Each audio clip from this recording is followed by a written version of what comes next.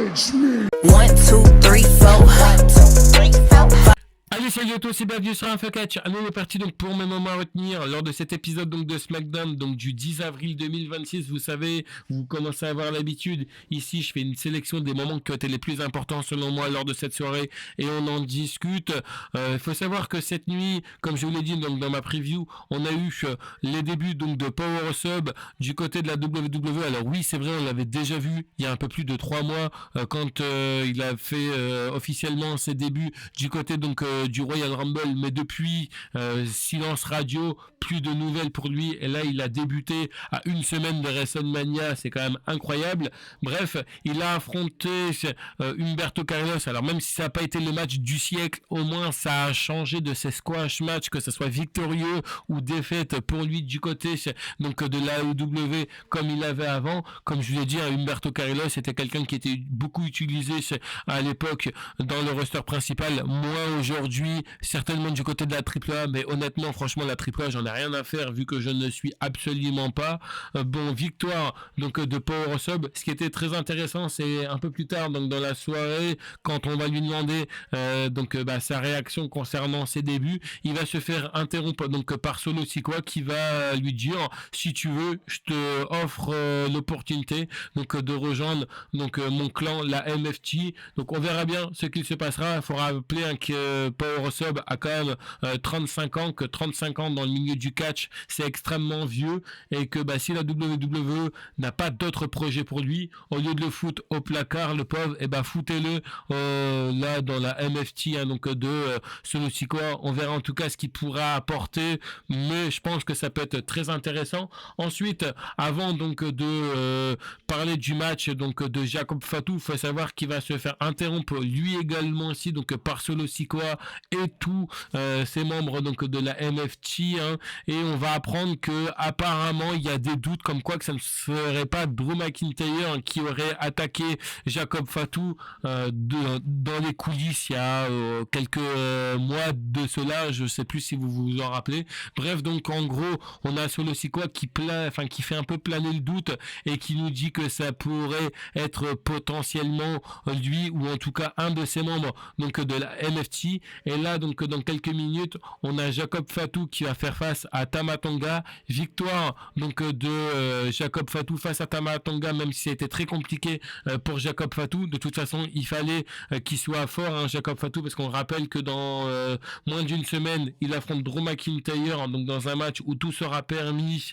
et la WWE se lavera les mains de toute responsabilité.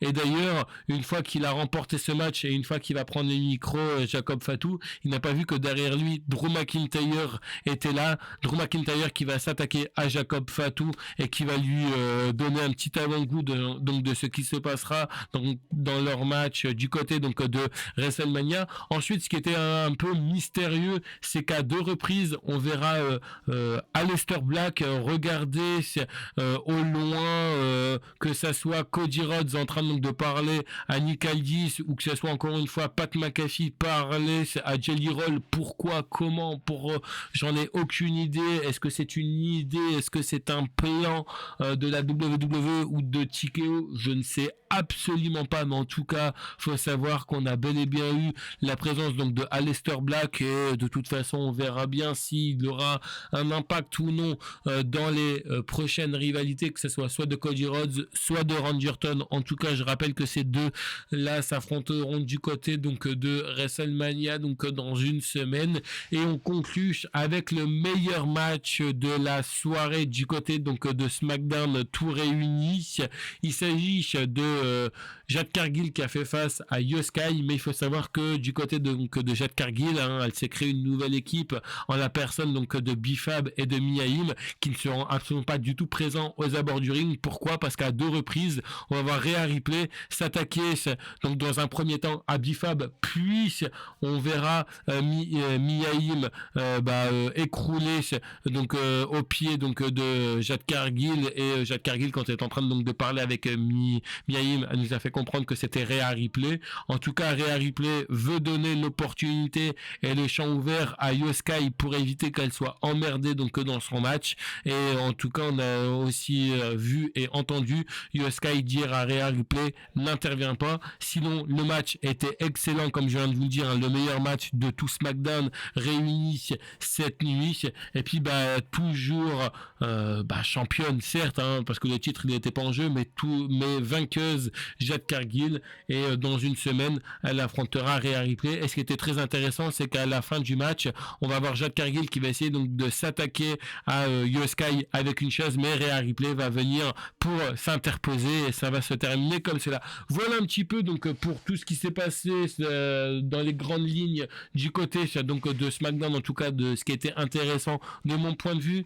Je vous rappelle encore une fois, et comme je vous le répéterai habituellement, et notez-le, ça c'est très important, que pour suivre l'intégralité de cet épisode de SmackDown ou de d'autres shows de la WWE ou de d'autres structures, vous avez les liens qui sont dans la description. Je rappelle encore une fois que ces liens qui sont dans la description sont complètement gratuits mais non légaux, mais qui sont à utiliser de préférence avec un ordinateur et un bloc pub, et que c'est uniquement qu'en version anglaise. Et pour les gens qui ne souhaitent absolument pas du tout passer par les liens qui sont dans la description, ce que je peux tout à fait comprendre, dans ce cas-là, vous avez l'option Netflix qui s'offre à vous uniquement que pour suivre la WWE. Quant à moi, je vous retrouve plus tard pour une prochaine vidéo. Allez, bye tout le monde.